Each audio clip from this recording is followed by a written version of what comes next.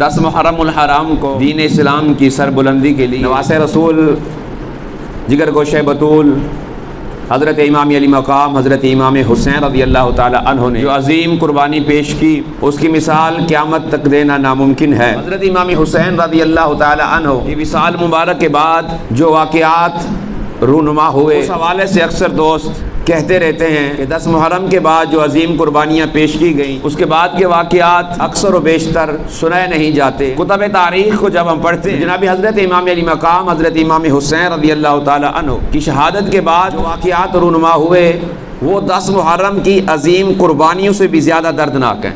علماء فرماتے ہیں کہ یزیدی فوجیوں نے یوفی لا یوفی سپاہیوں نے فقط حضرت امام حسین رضی اللہ تعالی عنہ کی شہادت کے بعد یہ جو خباثتیں تھیں ان کی آل رسول کے ساتھ جو دشمنی تھی وہ ختم نہیں ہوئی۔ تاریخ کے اوراق کو کھنگالا جاتا ہے، پڑھا جاتا ہے۔ جناب حضرت امام حسین رضی اللہ تعالی عنہ نے 2 محرم کو جب جناب حور علیہ السلام نے آپ کا راستہ روکا اور 7 محرم کو عمر بن سعد نے آپ کا پانی بند کیا، لشکر اشقیاء کے سامنے حضرت امام حسین نے اتمام حجت کے لیے جو خطبات دیے، ان میں حضرت امام حسین رضی اللہ تعالی عنہ نے وہ خط ان کے سامنے رکھے، جن کی تعداد 18,000 بھی بتائی جاتی ہے، 8,000 بھی بتائی جاتی ہے، 3,000 بھی بتائی جاتی ہے، کہ وہ خطوط حضرت امام حسین رضی اللہ تعالی عنہ نے دکھائے ان کو، اور ان کوفیوں کے نام لے لے کر حضرت امام حسین نے فرمایا کہ کیا تو نے نہیں لکھا خط؟